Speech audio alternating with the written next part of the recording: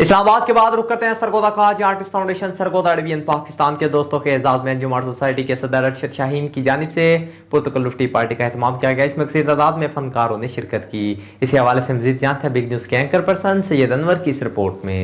انجم art society Sargodha کے صدر ارشد شاہین کی جانب سے آرٹسٹ فاؤنڈیشن سرگودا ڈویژن کے دوستوں کے لیے پرتکلف ٹی پارٹی کا اہتمام کیا گیا، جس میں سیکرٹری جنرل پنجاب انعام خان، سرپرست اعلیٰ ملک عرفان حیدر، چیئرمین الحاج محمد اکرم انجم، صدر ملک شفقت آوان، چیئرمین مجلس عاملہ قاسم علی، معروف قانون دان اشرف رحیمی، معروف سنگر کامران عیسیٰ خیلوی، ڈاکٹر ارشاد میاں، آسم لدھیانوی، ارشد شیخ، رانا صابر، نسیم عباس، سید انور اور دیگر احباب نے شرکت کی۔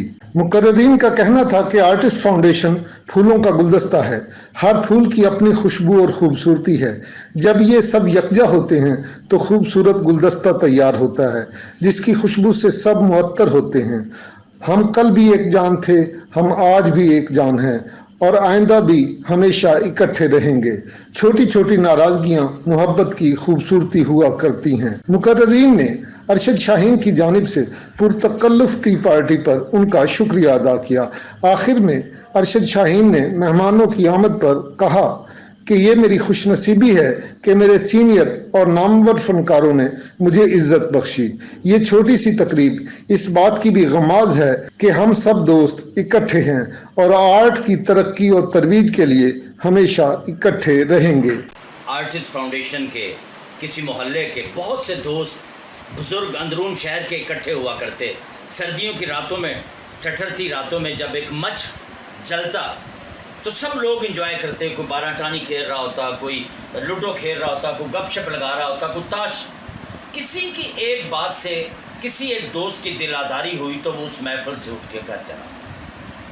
کل بھی نہیں آیا، پرسوں بھی نہیں آیا، ہفتہ ہو گیا، 10 دن ہو گئے، وہ نہیں آیا۔ سب دوست پریشان بھی تھے۔ ایک بزرگ دوست اٹھے، وہ اس محفل کو چھوڑ کے اس کے گھر چلے گئے۔ اب جب دروازہ نوک کیا تو دروازہ کھلا تھا۔ اندر جا کے کیا دیکھتے ہیں کہ وہ اکیلا شخص ایک جگہ آگ جلا کے انگیٹھی میں بیٹھا سیک رہا، اکیلا تن تنہا۔ اس بزرگ نے جا کر صرف اسے سلام کیا، السلام علیکم، تو جواب آیا وعلیکم السلام۔ اب وہ بیٹھا ہوا ہے۔ اس بزرگ نے چمٹے سے اس جلتی آگ میں سے ایک کوئلہ اٹھایا اور اس کوئلے کو سائڈ پہ زمین پر علیحدہ رکھ دیا۔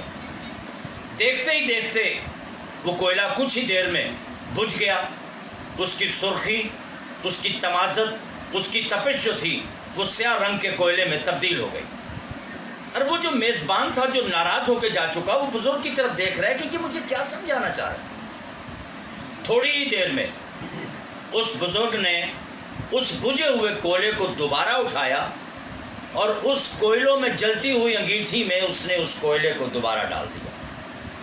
اور پیارے ساتھیوں، دیکھتے ہی دیکھتے وہ بجھا ہوا کوئلہ ان کوئلوں کے ساتھ مل کے دوبارہ اپنی رنگت سرخ کر گیا، تمازت حاصل کر گیا، جلنے لگا۔ کوئلوں کے ساتھ مل کے اس نے دوسرے کوئلوں کی آگ میں اضافہ کر دیا۔ اب وہ یہ ایک ایگزامپل پریکٹیکل کی صورت میں دے کے اس ناراض دوست کی طرف مسکرا کے تو واپس اپنی اس محفل میں آ گیا۔